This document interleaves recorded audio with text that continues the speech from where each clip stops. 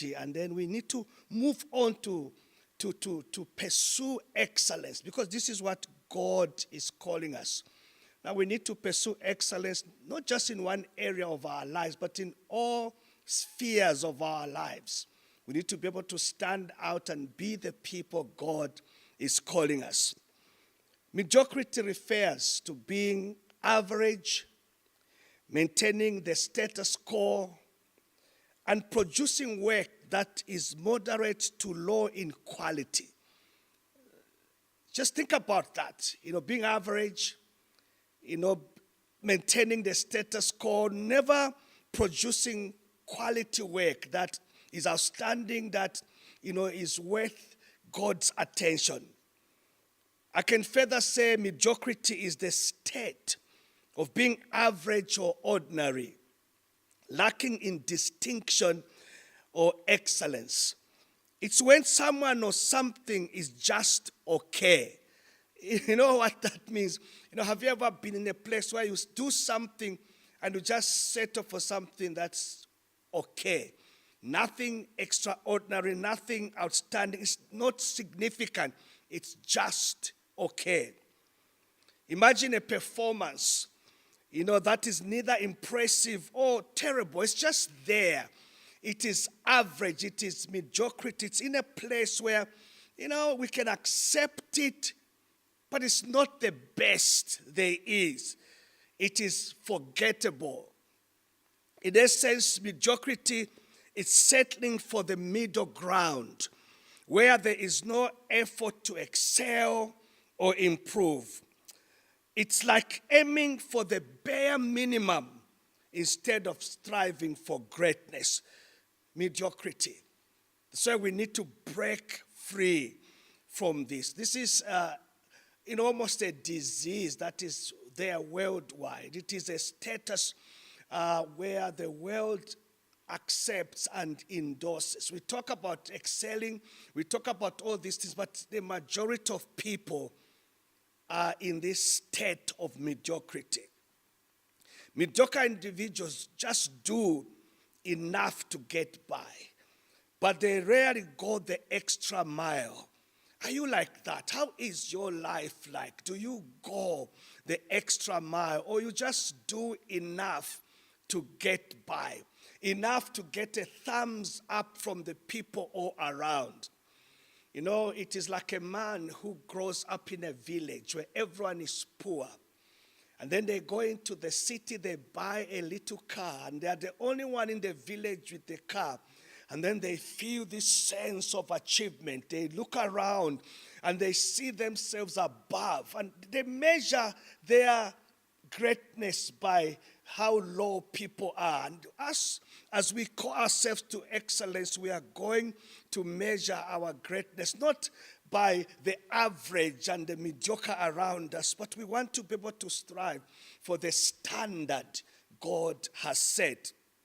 Mediocre people settle for minimum effort. They set for bare minimum, but also just the minimum effort. That's all they settle for.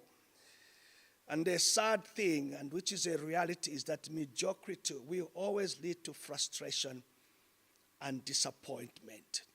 Imagine going through your whole life, living a mediocre life, and you arrive at death or at the coming of the Lord. And when you look back, your work, your life can best be described as mediocre. I don't want to arrive there. I want to arrive having given it my best shot. I want to arrive having done great things for the kingdom. I want to arrive like the Apostle Paul, who says, I have fought the good fight. I have finished my course. I want to arrive where I have done everything in my power and ability to fulfill God's purpose for my life. I pray that becomes the cry of your heart. Now, while society in many ways tolerates mediocrity, it is not applauded in heaven. Heaven does not applaud mediocrity. We may be in a circle where it is accepted, where it is a way of life, but heaven does not applaud mediocrity. And when we look at the heroes in the Bible that are mentioned as heroes, you will notice certain features that they did extraordinary things. They went beyond expectation. Well, let me give you 3 examples of these men. Abel is a good example. The Bible has this to say about him. By faith, Abel offered to God a more excellent sacrifice than Cain, through which he obtained witness that he was righteous, God testifying of his gifts, and through it he being dead still speaks. Abel still speaks today because he went the extra mile to give God a more excellent sacrifice. He ensured he went and gave the very best to God. I think about Noah. This is what it said about Noah. By faith, Noah, being divinely warned of things not yet seen, moved with godly fear, prepared an ark for the saving of his household, by which he condemned the world and became heir of the righteousness which is according to faith. Now imagine Noah receives this assignment from God. It's an ark he had to build.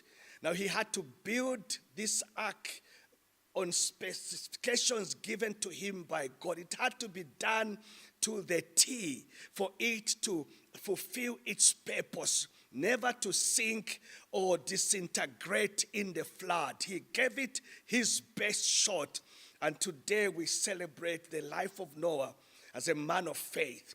Excellence. He did as God commanded. He committed himself. He gave his whole heart. He went all in and all out to accomplish this mission. And today we can preach about it. We can talk about it today. And all these examples inspire us to go beyond the ordinary, trusting in God's promises and purpose.